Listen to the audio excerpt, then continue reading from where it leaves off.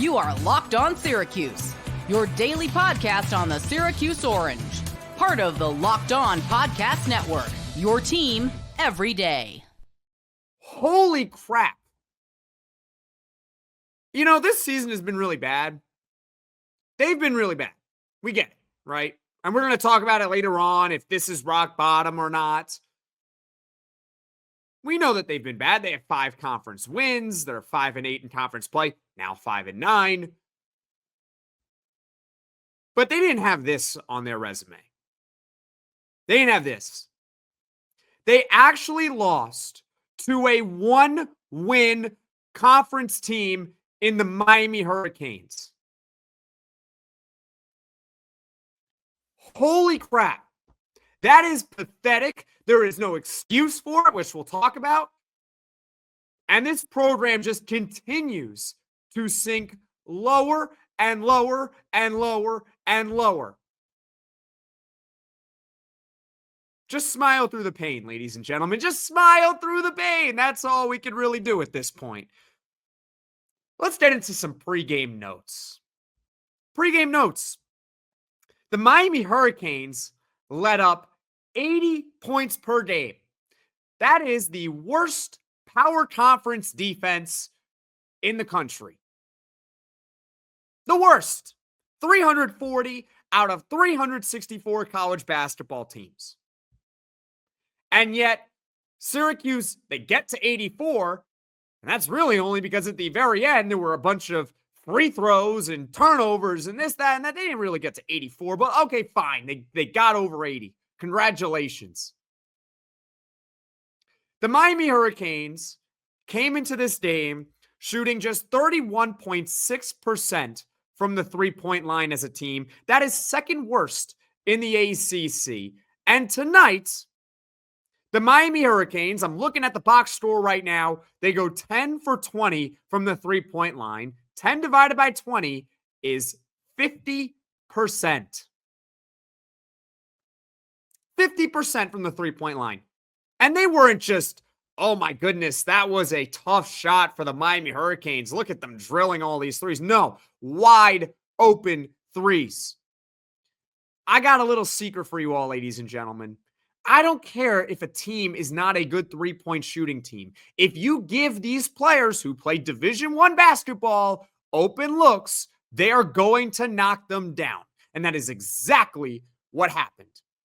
10 for 20 from the three-point line for the awful Miami Hurricanes. And you know what's even more sad about this result? The Hurricanes actually beating Syracuse 91-84? Is that Miami was actually favored to win this game. That's right. Miami was actually favored. Do you understand how sad that is?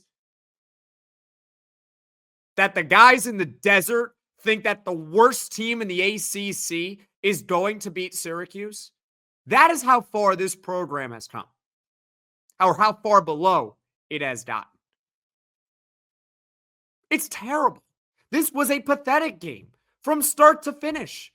They barely led at any point in the game. Barely. Syracuse led for a grand total of 1 minute and 9 seconds. There was a moment in this game I actually thought they were going to win. They were up 61-58 at the under 16 timeout.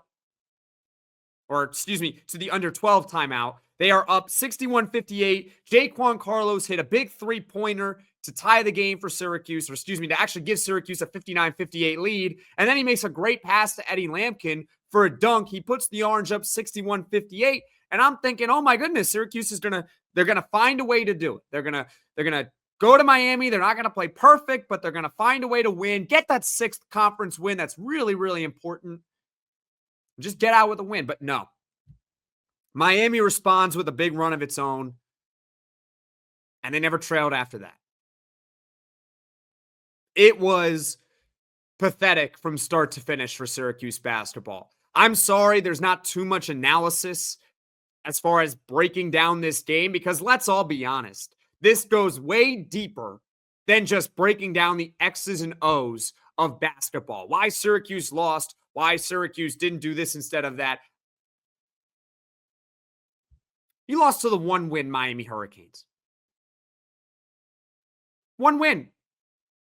They turned Matthew Cleveland, who's a really good player. Matthew Cleveland is a really good ACC player. They turned him into Michael Jordan. That's what they did.